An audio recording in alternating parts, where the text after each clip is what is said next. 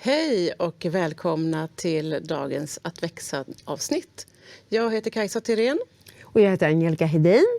Och vi är programledare för det här programmet.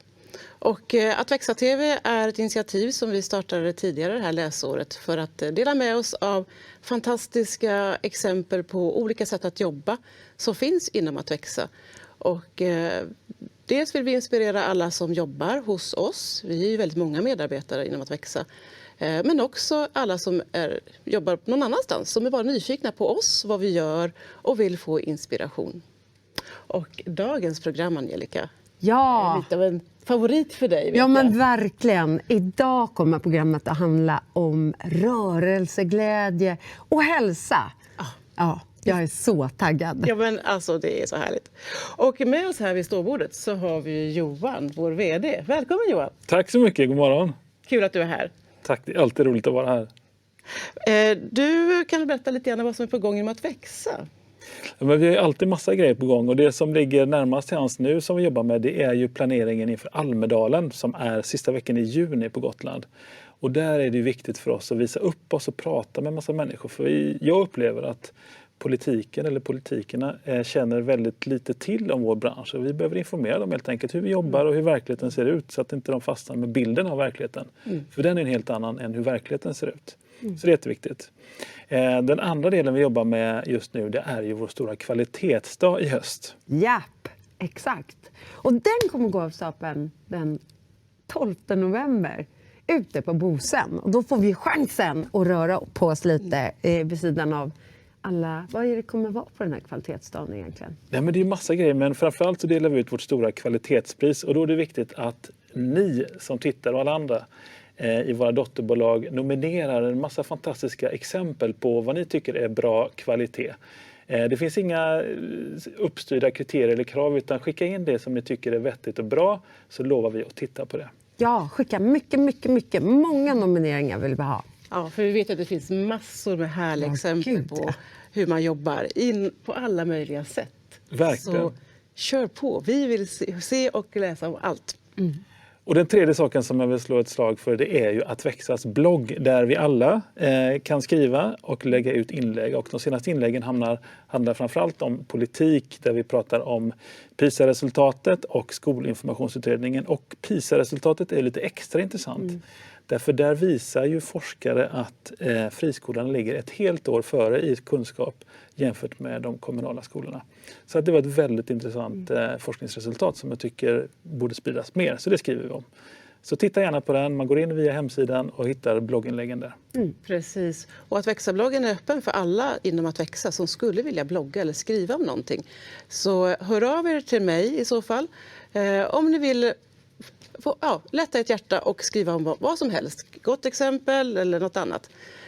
Och är du nyfiken och vill följa bloggen så håll koll på antingen vår webb eller på LinkedIn-sida för där delar vi också alla blogginlägg. Yes. Men nu Angelica så ska vi lämna Johan och förflytta oss till våra gäster. Så vi flyttar. Ja.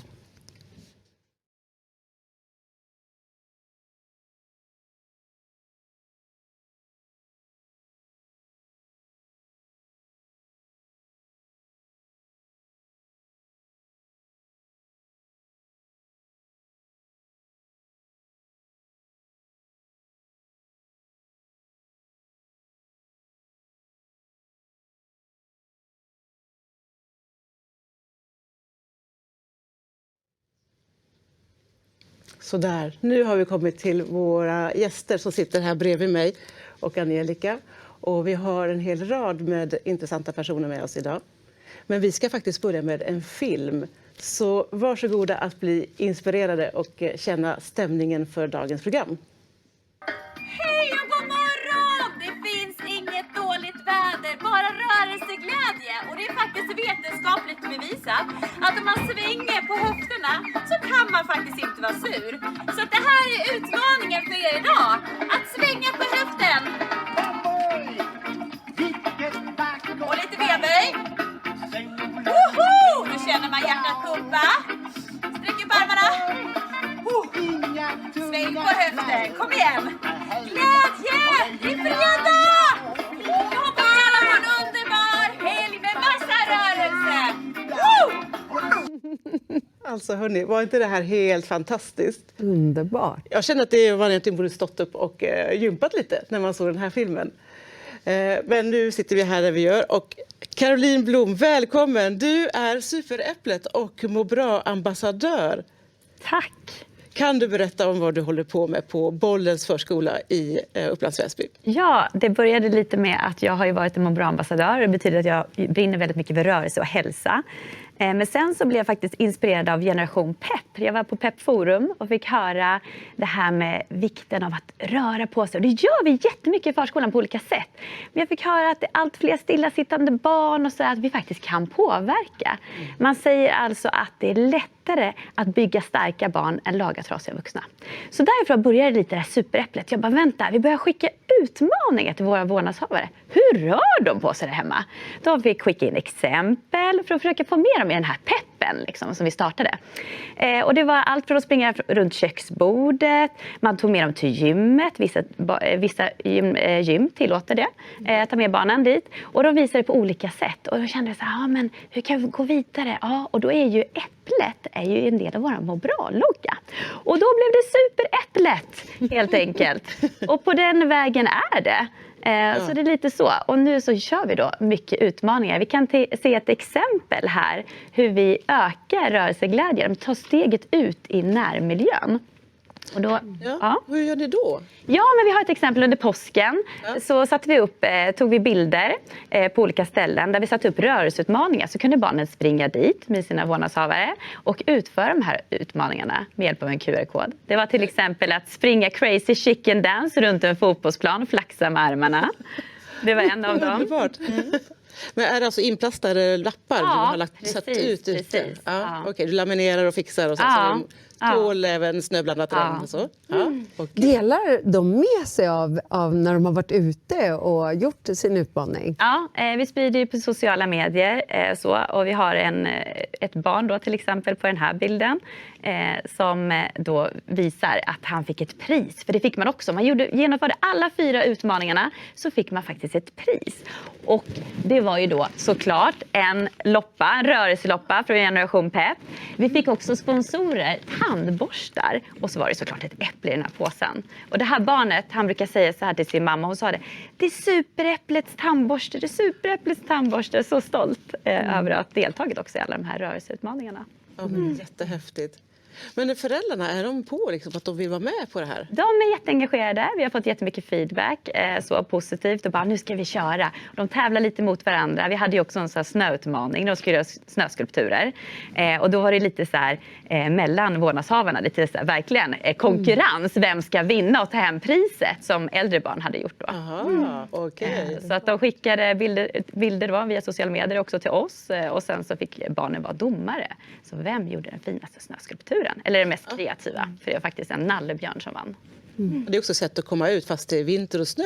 För man kanske tycker att det är för kallt och inte vill vara ute. Och det är där vi också känner att rörelseglädje är inte bara, det ska inte vara krångligt. Vi sprider rörelseglädje väldigt enkelt. Till exempel att vi gjorde hoppa hage. Man ska alltså hoppa in på förskolan för att hämta sitt barn. Utmaning, varsågoda! Och vi såg väldigt glada och positiva föräldrar som hoppade in på förskolan. Och det är väl också där, när vi har föräldramöten, så alltså upp och hoppa. Det är ett litet rörelsepass. Det var allt från tigerjakt, det var skrattyoga, det var andra saker. Så att jag tycker ändå att vi når dem, peppen. Ja, vad häftigt. Men har ni sett någon skillnad liksom, om man tänker hur det ser ut på förskolan en vanlig dag innan superäpplet fanns och hur det ser ut idag? Märker ni någon skillnad på barnen? Ja, jag säger så här, när man sätter på sig den här dräkten till exempel, fast nu är ju barn väldigt lätt, alltså de tycker ju om när man klär ut sig. Men just när superäpplet kommer så bara wow, de bara skriker, så liksom, de vet att nu kommer superkraften. Superrörelse, superglädje, för det är det handlar om lite. Så de får absolut, också superkraft. De får jättemycket energi. Underbart. Ja, verkligen. Ja, det är fantastiskt. Jag som varit med en gång på förskolan, det är som att du är en rockstjärna när du kommer och är utklädd till superäpplet. Precis, man känner av den där känslan. Otroligt. Ja, det är så coolt. Men då tänker man, hur får andra nys om det här? Kan det här sprida sig till andra utanför förskolan och utanför liksom, i omgivningarna? Hur ser det ut? Just nu så försöker vi då sprida, eller då jag har startat upp ett Insta till exempel som heter Superpepp 2024. Och där kommer jag också lägga ut olika utmaningar. Jag har redan lagt ut en del utmaningar, men också till exempel olika, det är både vårbingo som vi ser på den här bilden här. Så man kan sätta upp vårbingo. Det kan vara, man kan göra ett rörelseträd med QR-koder. Det ska vara lätt för folk. Så i den här Superpepp då, 2024 så kommer jag lägga ut så att det finns liksom färdigt. Så det är bara för pedagoger att skriva ut och sprida den här rörelseglädjen. Perfekt. Var På man är. Instagram. Ja, på Instagram. Yes. Superpepp 2024. Ja, det låter Precis. fantastiskt bra. Och det har vi också, det här senaste här testade vi. Det var ju liksom sanning eller rörelsekonka. Oj. Så att det här är lite för äldre barn, men det är också hur man kan sprida pepp och glädje. Vad är det pinsammaste du gjort? Eller scanna den här koden och gör en rörelseutmaning. Och då kan vad som helst hända. Jag bara säger det. Okej. Och där rörelseutmaningar som man kommer till, är det någonting som du har lagt upp där? Eller vad är... Det är lite både och. Jaha. Blandat. Gud, vad Blandat spännande. kompott. Mm. Ja, då måste alla prova det där. Verkligen. Häftigt. Kul. Men får du med dina kollegor? Är de små äppelskrutt, höll jag på att säga. Det är de ju inte innan. Äppelkart. Har ni det här på alla Må bras förskolor? Det vi hoppas. Vi har ju en ambition och en vision att kunna sprida det här vidare. Jag kommer att föreläsa om rörelse och hälsa nu på våra planeringsdagar för 150 medarbetare. Och då kommer vi känna peppen. Och såklart ska vi röra på oss då. Såklart! Ja, Det är så man mår bra helt enkelt. eller hur? Och jag tänker superäpplet skulle kunna sprida sig överallt till Ja, alla förskolor eller absolut. skolor i hela landet. Ja, absolut. Det är ju Men äpple, då fantastiskt. man tänker ju lite också på mat när man har äpple. Ja, just det. Ja. För ni gör ju inte bara rörelse. Nej, vi har ju alltså olika hörnstenar och goda kostvanor också en av dem. Och där lyser vi maten. Och här kan man se då, vi har ju då Karius och Baktus till exempel, som vi blir lite inspirerade av. Att dramatisera, prata med barnen. Vad är goda kostvanor egentligen? Vad kan man äta? Vad ska man inte äta? Hur nyttigt är saker egentligen? Och också när vi har luncher så serverar vi alltid grönsaker först till exempel. Vi kör håriga mackan. Det är när man Håriga mackan. Håriga mackan. Ja, det låter ju precis. Jag trodde ni visste vad det här var. Nej. Eller som människor som ni är. Håriga mackan är ett koncept inom förskolan. Då man då på ett kreativt sätt får massa olika grönsaker och får skulptera sin egen macka. Så det kan vara liksom lite så här smörgåskrasser som hår, därav håriga mackan brukar man säga. Ja. Ja, och det kan vara olivögon och så för att få barn att äta mer grönt. Men vi har också grönsaksbingo och andra saker. Och det är samma här, vi delar med oss till vår vårdnadshavare. Vi skickar ut digitalt. Testa det här. Och också, nu passar jag på, gör lite reklam för Generation Pepp! Ja. Absolut, de har jättemycket bra saker att skriva ut. Till exempel de här rörelselopperna, grönsaksbingo, de har massa bra material som är helt gratis och kostnadsfritt. Ja, det är fantastiskt. Det finns hur mycket som helst. Så mycket inspirationer. Men alltså håriga mackan, jag måste börja med det hemma. Ja, jag tänker att det ska vi ta med till kontoret. Ja, det ska vi ha också. håriga mackan Jag tror att det är också. håriga mackan som gäller för er och hoppa in på era jobb. Vi ska hoppa in på Vi tar med oss kontoret det. och hoppas att fler hoppar in på sina jobb idag och framöver. Bara kör, eller hur? Känn superpeppen från superäpplet. Men nu kommer vi att byta ämne lite. Från det peppiga till någonting helt annat. Ett annat lugn. Välkommen hit Maria Lennartsdotter. Du är rektor på förskolan Kosmos som ligger i Hammarbyhöjden. Det stämmer. Och du jobbar ju på ett annat sätt med rörelseglädje och hälsa. Du har ju börjat med yoga. Ja, ett kompletterande sätt, för vi är också med i Generation Pepp och har pulserande aktivitet varje dag. Men vi kompletterar det med yogaundervisning för alla våra barn. Och det blev möjligt egentligen för oss 2018 när vi tillsammans med ett yogabolag fick dem att göra om sin instruktörsutbildning. Den var från början 3 till 12 år. Men de gjorde helt enkelt om den utbildningen 1 till 8 år. Och det var först och främst för oss, och vi var pionjärer där och utbildade många och till slut alla faktiskt våra anställda. Fantastiskt. Ja. Och, så ni yogar med 1-åringar? Ja, det gör vi. Det kan inte finnas så många som gör det, tänker jag, här i Sverige. Så det är ju jättehäftigt Ja, att, men det... Mm. och att ni lyckats. Hur går det till att yoga med, jag förstår 1, 2, 3 och så vidare, men vad börjar man med en 1-åring? Jag har ju tvillingar. När de var 1 år, de bara sprang och var överallt. Jag hade gärna yogat. Hur gör man det rent praktiskt? Nej, men de får ju lära sig, man får lära sig i den här utbildningen då, till exempel att mycket små barn som ju 1-åringar, deras andning går mycket fortare, så att man får ha yogan börjar alltid med andningsövningar, och då gör man dem lite roliga som en ballong, man håller händerna på magen så man känner andningen och så att man får med sig barnen, och det är ganska positivt, det är kollektiv, man har sin matta. Om någon avviker till exempel, då hämtar vi ju inte dem, utan vi fokuserar ju på dem som yogar. Och till slut så är det ju som så att det här blir ganska attraktivt och intressant. Just det. Men märker du någon skillnad på barnen och på barngrupperna när ni håller på med det här? Ja, nej men vi märker jättestor skillnad, och det var därför det här kunde egentligen planteras och fortsätta, och vi fick ju ut det i hela den organisationen som jag tillhörde då. Framförallt lugnare grupper. Det är liksom det första man märker ganska så direkt, men också fredlighet. Alltså om man yogar tillsammans bredvid varandra på mattor, då är benägenheten att vara lite tjaskig eller bufflas på varann lägre. Och det märker vi av. Det finns det också studier som pekar på, men det märks.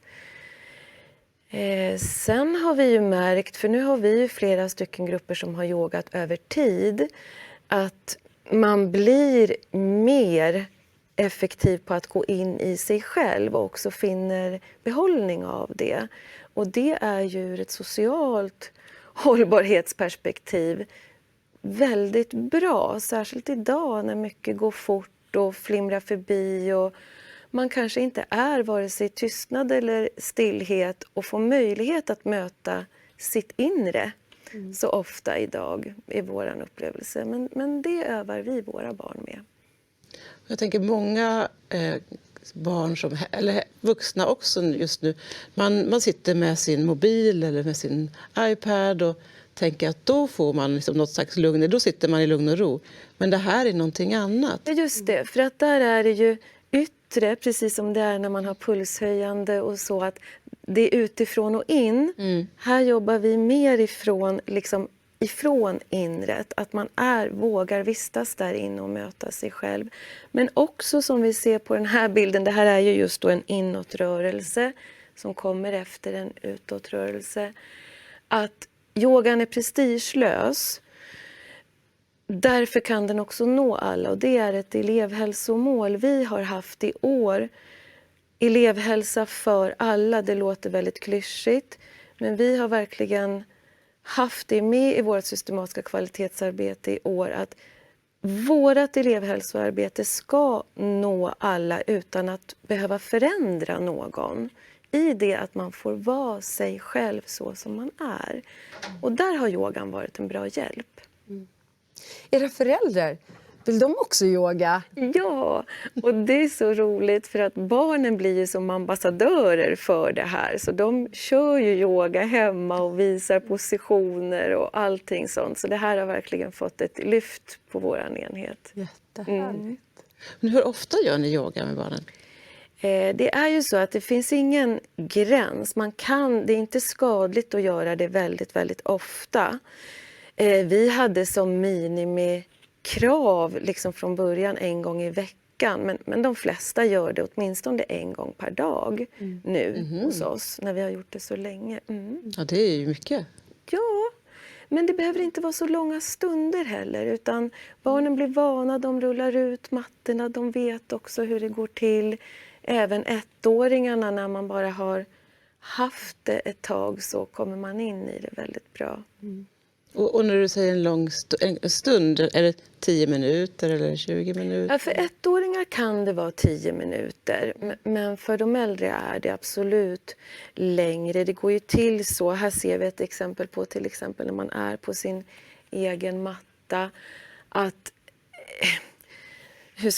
man har sin aria och det är man gör på sitt sätt. Det kan också vara att man avviker, det är ingen som egentligen lägger någon notis om det. Så att det är...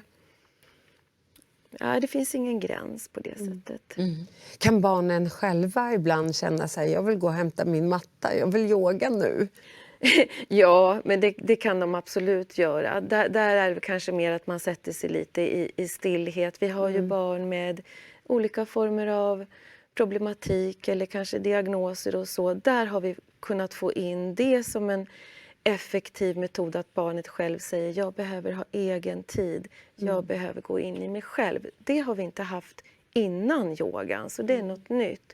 Jättefin uppskattning har vi fått av både liksom externa psykologer, BUP och så, att vi har det här. Fantastiskt. Det är ett bra sätt att jobba med barn, som alla barn är ju olika, men att nå ännu fler barn helt enkelt. Ja, men just i elevhälsoarbetet med den här prestigelösheten, att den går att genomföra precis oavsett vem du är och hur du är. Och det är ju tänket med yoga överlag, även för vuxna, och att stilla sitt sinne men också få kroppskontroll och kontakt med sitt inre på ett annat sätt än vad vi kanske nu är vana vid. Gud, jag blir så nyfiken. Förlåt. Ja, kör. Jag skjuter in en fråga Ja, här. gör det. Jag tänker på personalen. För när de leder de här yogapassen så gissar jag att de själva på ett sätt också får yoga lite. Eller också, har de uttryckt att, så här, att men jag mår bättre på jobbet? För att... Ja, men absolut. Det är ju som så att de guidar ju. Barnyogan, den är helt guidad. Genom en form av yogasaga som man kan kalla det för, som de också lär sig då i sin utbildning. Men vi har ju ofta yoga på jobbet, så att vi kan hålla liksom ett litet yogapass innan APT och så för varandra. Så vi gör det mycket. Ja. Det låter Ja, för vuxna får ju också stor behållning av det här. Gud, det här borde ju alla göra kanske. Ja, och det tänker jag att det måste vara ganska ovanligt att en förskola gör det här, yogar så här på det här sättet. Jag vet inte. Vi i Klax då, som vi tillhörde förut, där fick vi till det, så att det var ju inte på något sätt men jag höll ju lite i de här trådarna med de här utbildningarna och så. Men vi utbildade ju all personal i Klax, så att vi hade det på alla de förskolorna, och några av dem tillhör ju Må bra nu och så. Så att det finns, men jag vet inte hur utbrett det är egentligen. Nej, det återstår att se, men vi får väl jobba på att det ska bli mer utbrett. För att få in de här bitarna också som i rörelse och hälsa. Rekommendera det. Ja. Så om man är sugen på att vill veta mer och lära sig mer, då kan man höra av sig till dig, Ja, eller hur? men det går jättebra. Ja. Så kan jag lotsa vidare både till utbildningar och praktikaliteter kring det. Ja. Och kontaktuppgifter kommer ju finnas i anslutning till programmet, va? Ja, så är det. Så att det kommer finnas på webben, så att då kommer man få alla kontaktuppgifter till alla som är med här. Super. Ja. Ja, jag kommer att yoga, Maria. Välkommen! Välkommen! Vi brukar ju yoga med oss på kontoret ibland. Ja, exakt. Ja. Det är bra. Jag lär mig lite mer. Men nu har vi hört 2 exempel från förskola. Och nu ska vi gå över till äldre barn. Angelica, du får introducera våra 2 sista gäster. Vi är så himla glada över att få välkomna Anders Erlandsson och Kristina Erlandsson från Montessori Norrtälje. Ni kan väl berätta lite själva vad ni gör där? Ja, jag har då ansvar för idrottsundervisning på högstadiet och även SO-undervisning. Och jag är utvecklingsledare på Montessori-skolan Gustavslund, Norrtälje. Kul. Ja, ni är så välkomna. För vi är så nyfikna. Ni gör nämligen någonting som heter M-Classic. Kan ni berätta vad det är? Ja, man kan väl säga så här då, att vi sökte former för att öka rörelsen och rörelseglädjen för äldre elever. Och då hämtade vi inspiration från en svensk klassiker och tänkte att varför kan inte vi göra våran variant på den? Och det har vi gjort och vi kallar den då för M-Classic. Där M står för Montessori. Och meningen med den någonstans, det är ju liksom att vi vill ge eleverna utmaningar. Vi vill få dem att växa och känna någonstans att de klarar av mer än vad de själva tror. Och det tycker jag att vi når. Ja, det är häftigt. Jag har ett litet bildspel här som vi kan titta på. Vilka då moment vi har eller i den här klassiken. Kan vi börja med. Vi har M-Run. Vi brukar starta läsåret då med M-Run. Och då springer vi 8 kilometer. Och vi har även då det är framförallt kan vi säga för 8 och 9 som den här M-Classic är. 7:orna, de är med också och har en variant på det här, men jag kommer återkomma till Kristina kommer att prata mer om det sen. Men då är det ju så här när man kör M-Run, när man springer 8 kilometer kan ju låta ganska tufft kanske. Ja, det låter 8 kilometer är ändå långt. Ja. Och då är det ju så att man kan välja det lite grann, men just på M-Run i alla fall, om man vill köra lite kortare sträckor. Men om du ska klara M-Classic så måste du ta igenom de här 8 kilometerna. Och det finns en liten tidsgräns också, men den är ganska väl tilltagen så att du kan gå lite och sådär i det och ändå klara det. Men det är ändå de har liksom ett litet mål. Ja, det ska vara en liten press och vi har också då att man kan få lite, vi har en guldtid, en silvertid och en bronstid. Och det här är då också faktiskt ett tävlingsmoment för de som vill. För ibland kan det också vara lite roligt att tävla. Ja. Men det är helt valfritt. Huvudsaken är ju liksom att man deltar i det här. Är det många som gör det? Ja, det är Som det. väljer De flesta gör det här. Om man säger 8 och 9 så är det de flesta som gör det här. I stort sett nästan alla. Och det som jag tycker är lite roligt med det här också, det är ju att det här har blivit så inarbetat nu någonstans och de är så medvetna om det här så att vi har ju en hel del som tränar inför det här på sommaren. Och det tycker så det sprider sig liksom det utanför, det är inte bara inom skolans... Det har blivit någonstans en självklarhet att på vår skola, där gör man de här sakerna. Så man slappar inte på sommarlovet? Nej, vi har ju de som tränar för det här, som tar det här riktigt seriöst. Ja. För jag tänker många andra tänker, men nu är det sommarlov, nu kan jag ta det lugnt och sen så kommer man igång med träningen igen på höstterminen. Det är ju inte alla som kanske kommer jätteförberedda, men många gör det. Och många vill nå bra resultat också. De här speciella tiderna, de sporrar ju liksom också. Vi kan gå vidare. Vi kan titta på M-Hike. Det är en vandring som vi gör längs Roslagsleden. Den är på 3 mil. På en dag? På en dag. Det är mycket om man jämför med vanlig fjällvandring. Man brukar fjällvandra som bäst kanske 2 mil ungefär. Det här är ju också en ganska kuperad terräng. Kanske den vackraste biten också av Roslagsleden. Vi börjar i Grisslehamn och så går vi ner till Gåsvik heter det. Ett bra tips till de som vill vandra en vacker led. Då rekommenderar vi den sträckan. Jag har gått de flesta sträckor på den där, men den är riktigt vacker. Och det här skapar också en stor gemenskap när vi är ute och går på det här.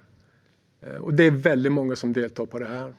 Och det kan jag väl säga också då, att man kan ju välja de olika moment vi har här. Man behöver inte vara med på allt, utan man kanske säger jag älskar att vandra.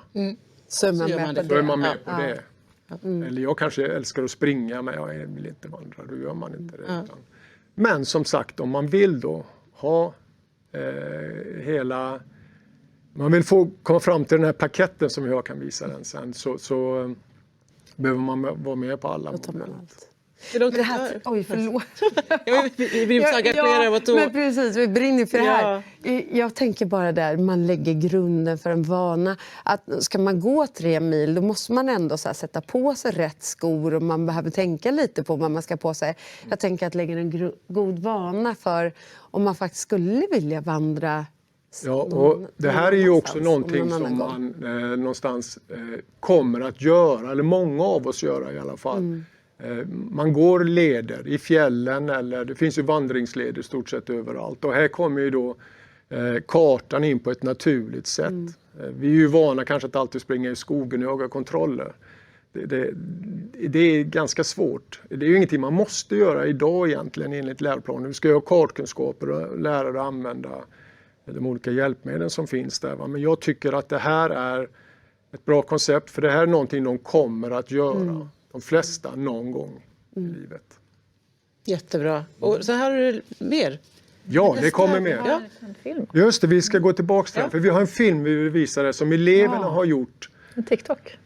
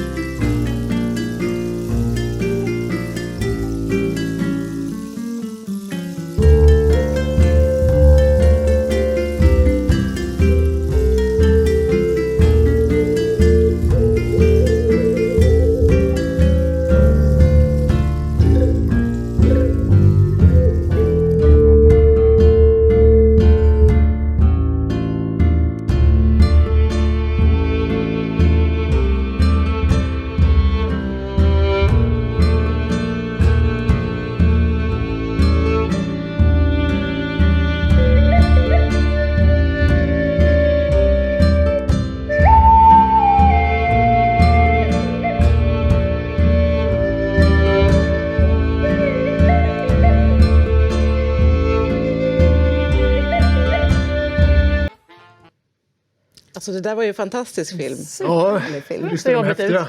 Ja, vilken glädje och energi. Ja, det är mycket glädje och energi i de här sakerna. Just vandringen, det är väldigt många som vill vara med på den.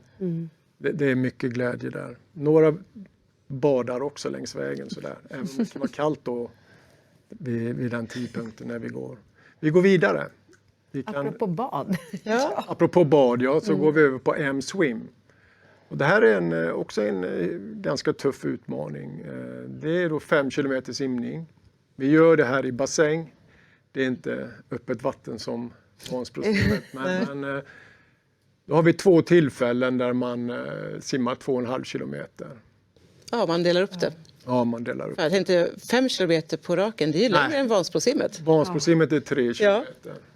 Men de kör 2,5 kilometer. Och Nästan Vansbro. Det är lite häftigt att se den inställningen de har till det här. Här är inte lika många som deltar som till exempel i vandringen.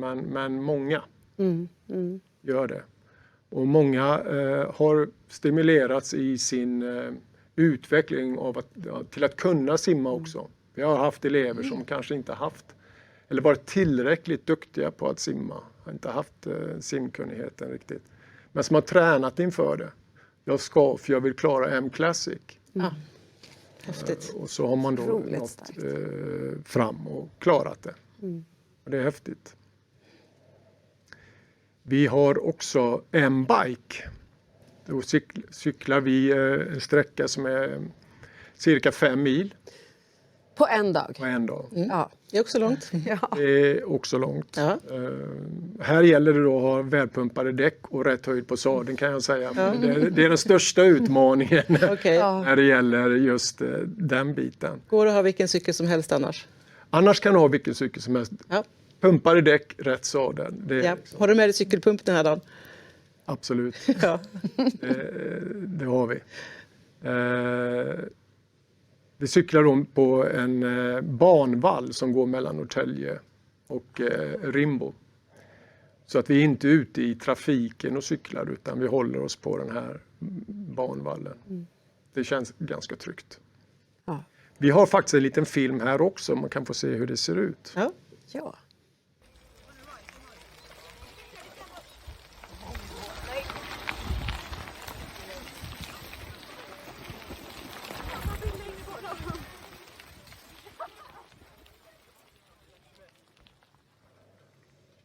Vilket väder ni hade den dagen. Ja, Det är gäller att alltid tajma. sånt väder kan jag tänka. Det gäller Eller att hur? tajma lite grann. Vi har haft eller dagar när det har blåst motvind och regn sådär, både dit och hem. Okej, men då... Då kan det vara tungt. Ja. Men vi försöker tajma så att det ska vara en njutbar upplevelse. Ja, vad härligt. Ja. Vi har mer. Ja. Vi har M-Climb. Just det, sista utmaningen. Det här är den tuffaste. Och det är den här som de någonstans... Laddar de för den här? Ja, de laddar och bävar lite grann inför den här. För då, vi har ju en skidbacke, Kvisthammarbacken i Norrtälje. Och den här ska de då ta sig upp för 11 gånger. Och det är ganska tufft.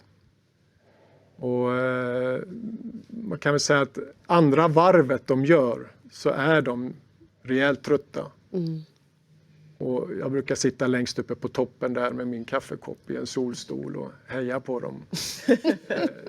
Det här är också en tävling ska jag säga, så att om man vill.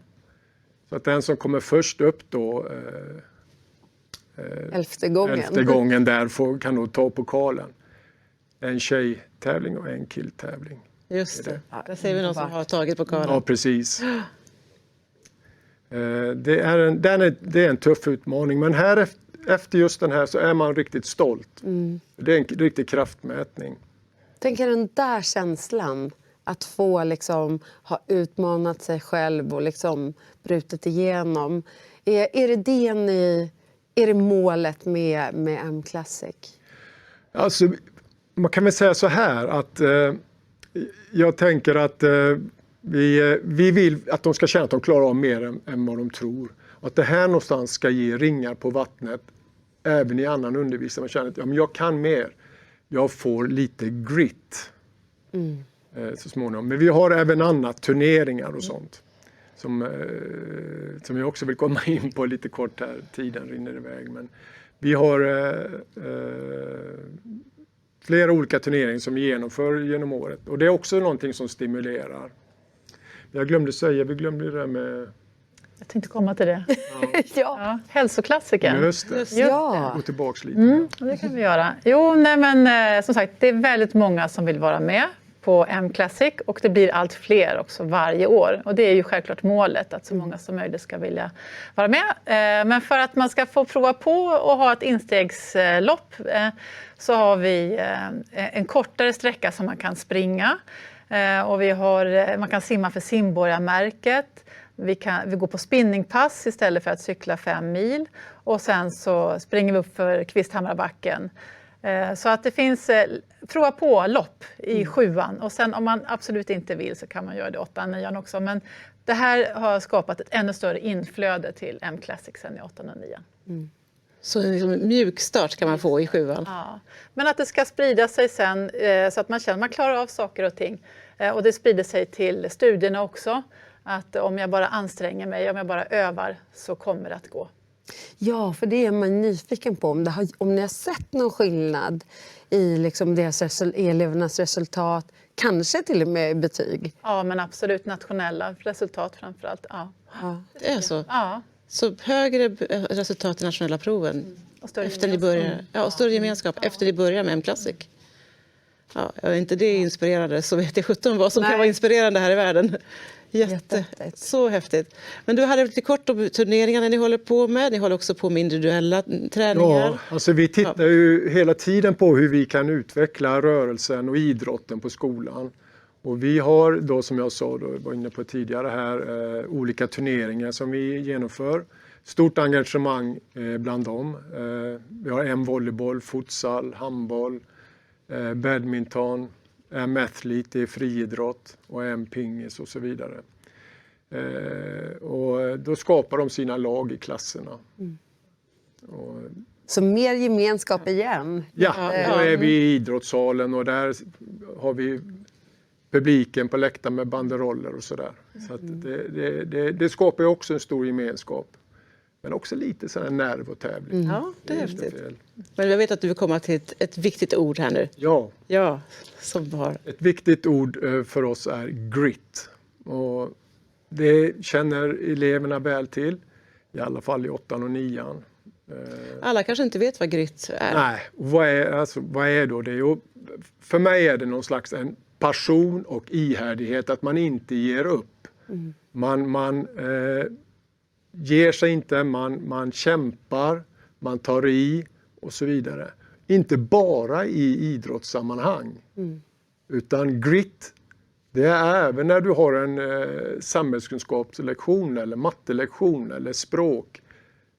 Du kämpar och tar i, du har en passion, alltså någonstans en vilja att lära dig.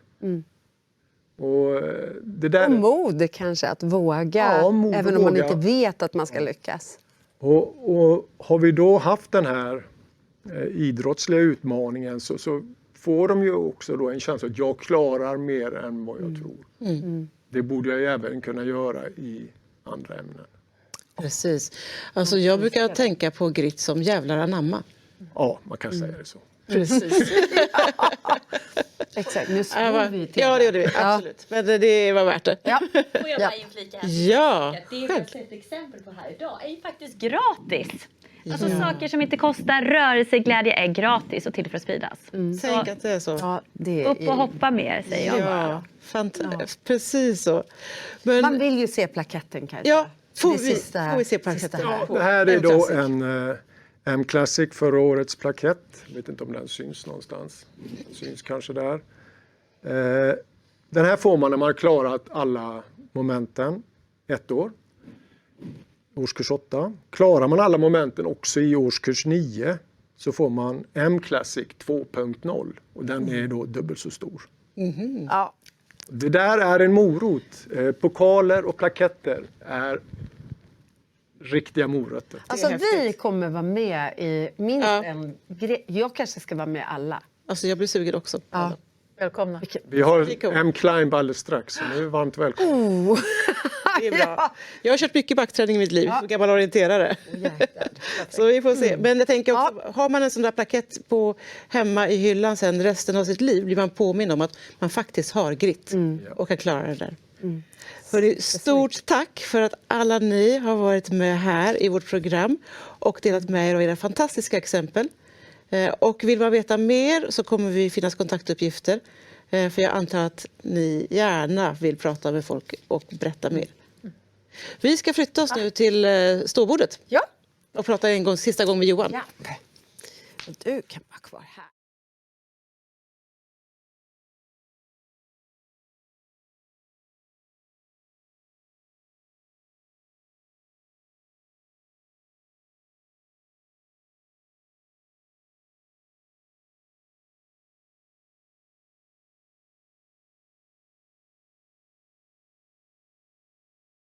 Nu är vi tillbaka där vi börjar det här programmet, här vid ståbordet. Och Johan, vad säger du om de här exemplen vi har hört nu? Är du stolt? Ja, jag är så stolt. Ja, men jag är inte förvånad, men jag är otroligt imponerad av de människor som vi har i vår organisation. Det känns som vi har fullt av träningsledare, yogainstruktörer och gritledare i vår grupp. Och det är ju så himla härligt. Och just det här med grit är så fantastiskt för att alla kanske inte har talangen, men alla kan ha viljan. Så alla kan vara med precis efter sin förmåga. Och som du var inne på, Kajsa, knyta näven i fickan och tänka lite jävlar namn, nu ska jag fixa det här. Eller hur? Så härligt att höra. Ja, det finns överallt. Ja. Så det här har varit ett fantastiskt program och det här var läsårets sista Att växa TV. Vi kommer att komma tillbaka till hösten. Och har ni kommentarer eller synpunkter på programmet eller som sagt vi kommer i kontakt med de som var med, hör av er och kontaktuppgifter kommer att ligga på webben. Och man behöver inte gråta för att det är sista för läsåret. För man kan se dem om och om igen, va? Ja, exakt. Det vill man göra. Och se gärna de andra programmen för alla våra Växa TV-program är ju fulla av inspiration och energi. Så hörni, tack för den här gången. Hej då! Tack. Hej! Hej, hej.